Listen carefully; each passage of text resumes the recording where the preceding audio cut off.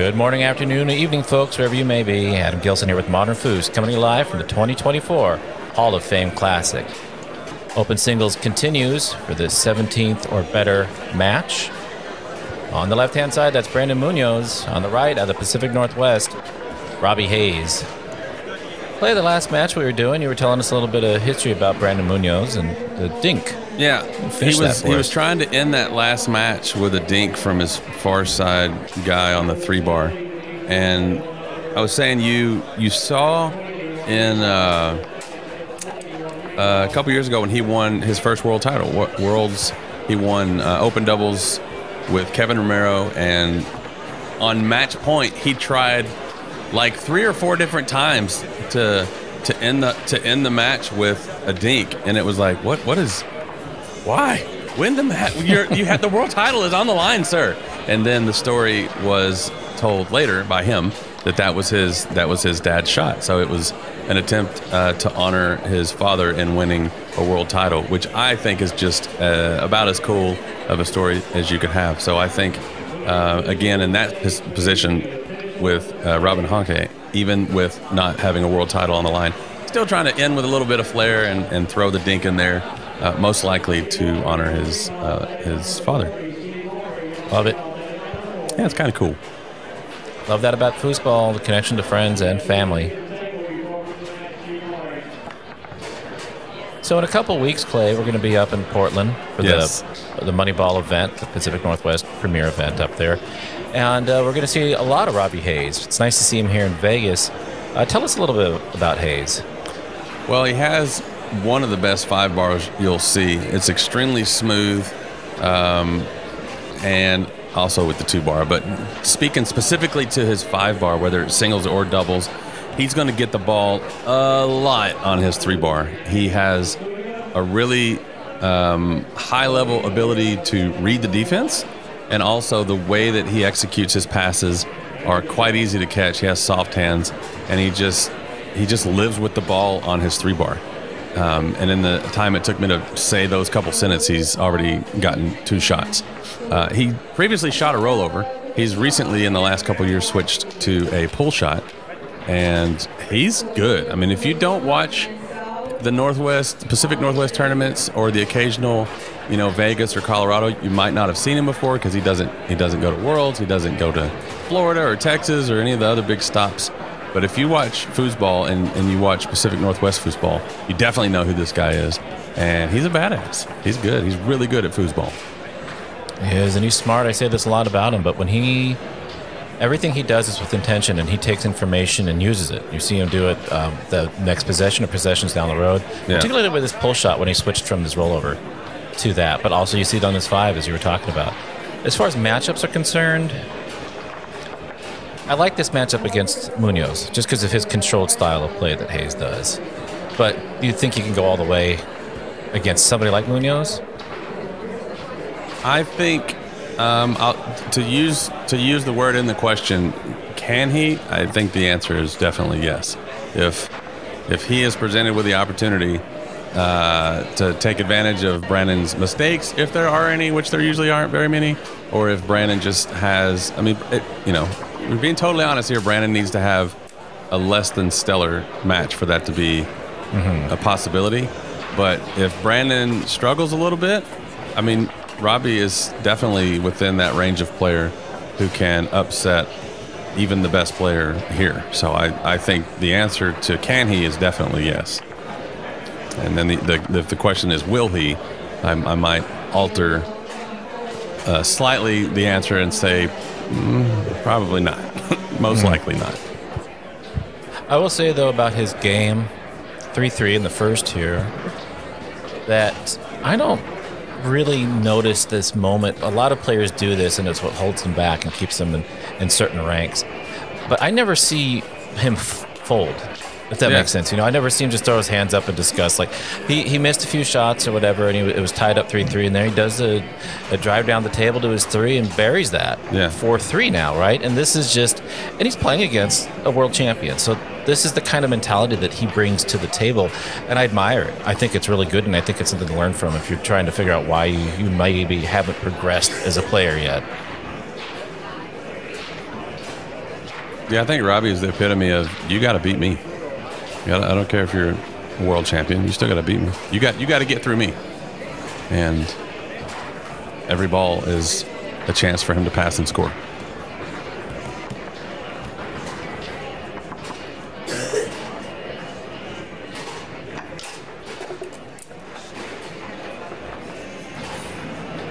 Muñoz just makes it look so effortless when he plays. It's just so much fun to watch. These tables are pretty wobbly on that carpet. I mean, even just with the hover there on the 5 bar, you can see the table shaking. Robbie has a dead giveaway to his pull shot that I think will no longer be true by the next time you see him, because this is one of the conversations I predict we will have in Portland at Moneyball. Wow.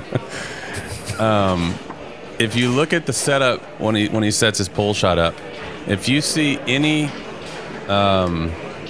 light, any space between the ball and the player figure, it's a straight. He's already done it a couple times in this match. You can just, there in the future on YouTube, you can go rewind and see for yourself already. But next time he gets it on his 3 bar, if there's any space there, he's looking straight. And if there's no space there, he's not looking straight. And that's the simplest way to say that. There are some caveats and some things that kind of make it a little bit more difficult to read. But like right there, you saw there's just the tiniest gap between the ball and his man, and he went straight. And so anytime you see that gap, he'll go straight. And it is just an absolute dead giveaway with his pull shot that is hard to see at the table, by the way. It's not that obvious. It's only obvious because of our seat as we watch the match here. But I can assure you that if you're watching this thinking, ooh, I got something in my back pocket next time I play him, by the time you do that, he will already know, and that will be solved. Because guess what? He's watching this too. So when he's snugged up on the ball, he may go middle, he may go long, but he will not go straight. Twice now, those 2 straights that he did shoot, Muñoz just was racing back to it with either his left hand or just parked with his 2. Yeah. With the sense if maybe he has picked up on that. I mean, he's a quick student of the game. Right here, he's snuggled up on that ball, and you just know that the straight, it's almost not even an option.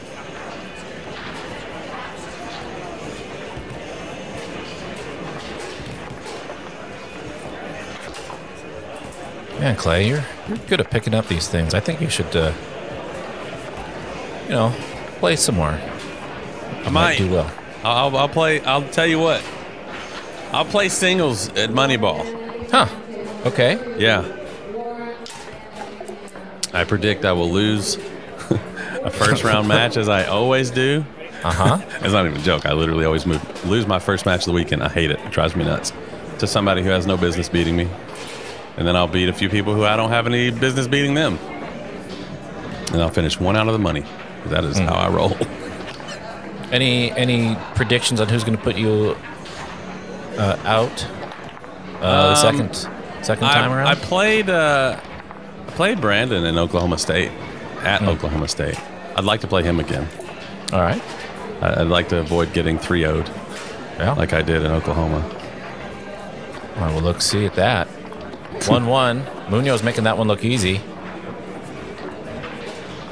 This is 2 matches now. The match that he played, Brandon, that is, the match that he played with Robin Hanke from Germany, and he lost the first game in that match.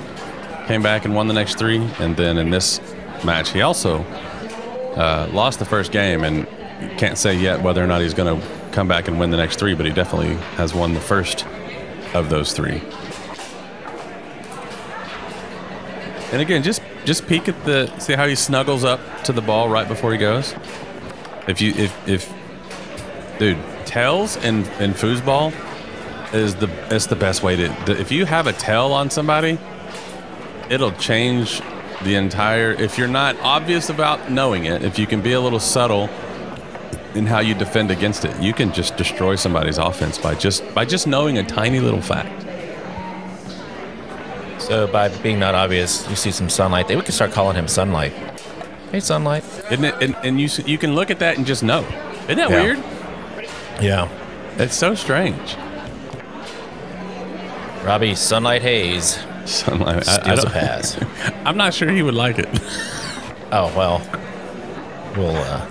I won't ever say that to his face.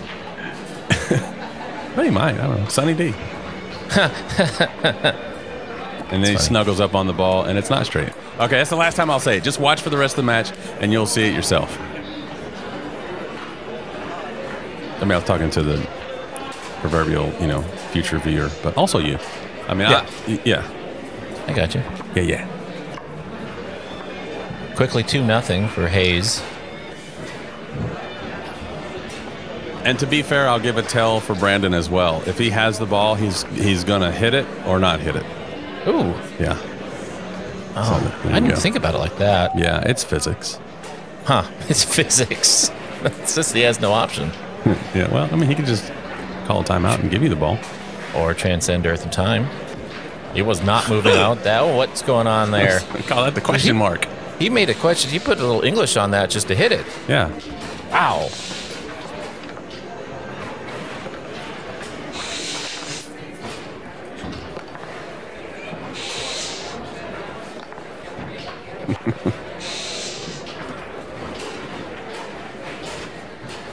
Some of the things that Brandon does from every rod, I think a lot of times he's doing a highly practiced play that he's tried a few zillion times, and it shocks, it awes, it's sexy, it's fun to watch and all that stuff. But it is not necessarily improv. And then sometimes I think it's all improv, where he just has an idea in the moment. It's kind of like watching Justin Shaw, but like on fast forward, like high speed, scrubbing or whatever the hell they call it.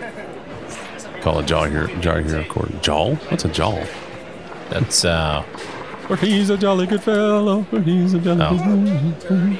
But yeah, Justin Shaw. If somebody hit the play at 2 times speed. No, maybe not. No, I agree. And I think there's something else that Muñoz does, just watching him play. His transition game from rod to rod, his offensive transition game, I don't mean passing, I mean the way he transitions in singles is utterly incredible. Because everything has some purpose and reason to it. And you could make a parallel to how Sprademan does his transition to his 2 to his 5, but now everything's been spread out to his 2 to his 3. He does all kinds of different things from rod to rod. Passing, Muñoz does that offensively from rod to rod, man to man, and it is just beautiful to watch. Well, the Robbie's defense. Oh, go ahead. Yeah, I think the thing that he's added over the last couple of years is that he has different speeds, whereas before it was just mash the gas and drop the clutch, and then it's just all out flying, and that was fun to watch too. But if you could trick him into doing that, and then just hit him with a curve and he runs into a wall, but now he has this thing he does where he slows, like you saw this a couple passes ago from his 5 bar. He's doing the aggressive fast thing, and then he just taps it through ever so slightly to his 3 bar. So he goes back and forth between these, these Mike Tyson, like just whatever. I don't even know what the word is, but you're just letting loose of all these haymakers one after the other, and then just finesse, like origami, Yeah, well said. It's a trip. It is, and it's so subtle. That's why. And so this 4-3 moment right now. Muñoz just has been coming after Hayes. And Hayes has been having a good match so far. And this is the kind of thing where you have these kind of players at these different levels. A lot of players would start folding under that kind of pressure, but Hayes continues to play his game. Yeah. Even with that break. Now we'll see what happens here. This is a make or break moment for him in this 3rd game. Maybe not necessarily that dramatic, but it's an important thing. Yeah. And oftentimes this is where the nerves will get to you. Yeah, and he was up 4-2 in this game too.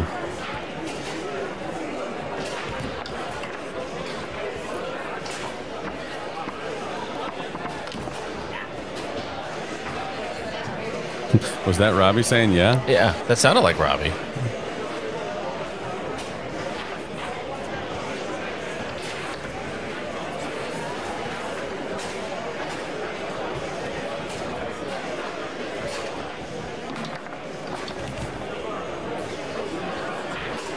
It's tough.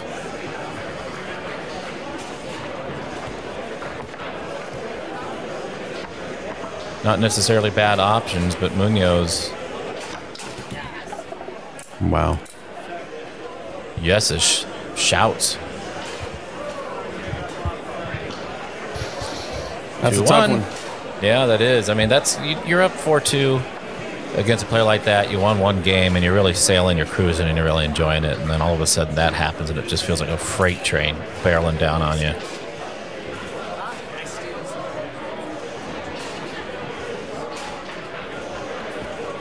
You hear Robbie saying there, nice steals. At least that's what I think he said. Maybe he said skills, but I'm pretty sure he said nice steals. Speaking to the defensive Brandon.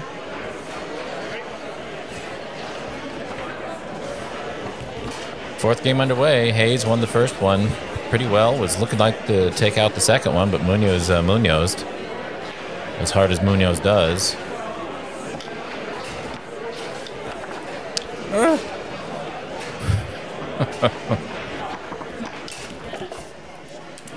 Extra recoil. Extra wall bang. It's not really recoil. You say that a lot. Could you make that differentiation? Oh, I said you say that the difference between a recoil and a wall bang.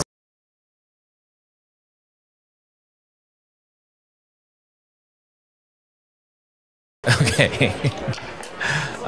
You've mentioned that before about the difference between a recoil and a wall bang.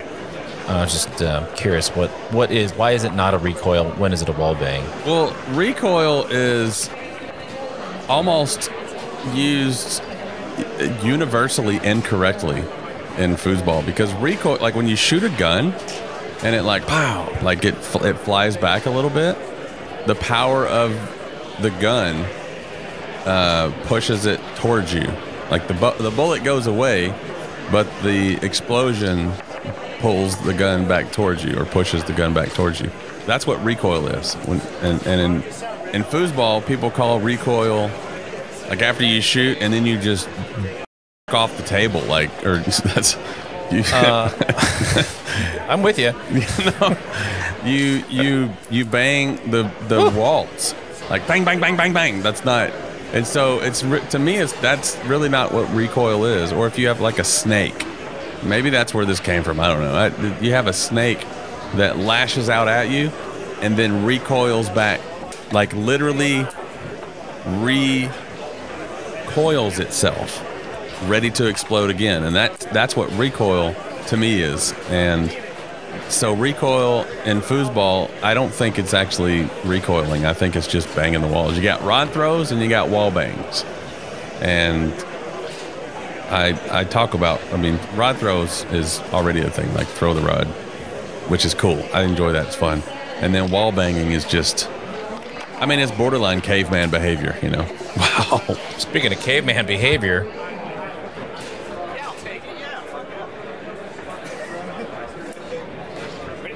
I don't know what that conversation was about.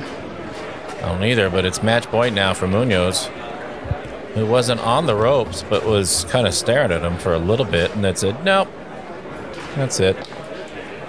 It was 4-2 in the third game there in favor of Hayes. And he put the brick wall up. And then this game hasn't been close at all. It's 4-3, but it hasn't been close. No. I do like that differentiation between the wall bang and the rod throw and it not being recoil. Yeah. Because it's just physics. Yeah. Can't be that. Just like physics, man.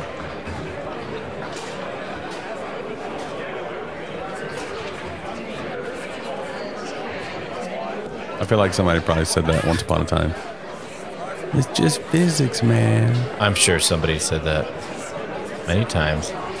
Hayes got fortunate there and did a dink, stub, middle, slider, spray. Still match point, though, for Muñoz.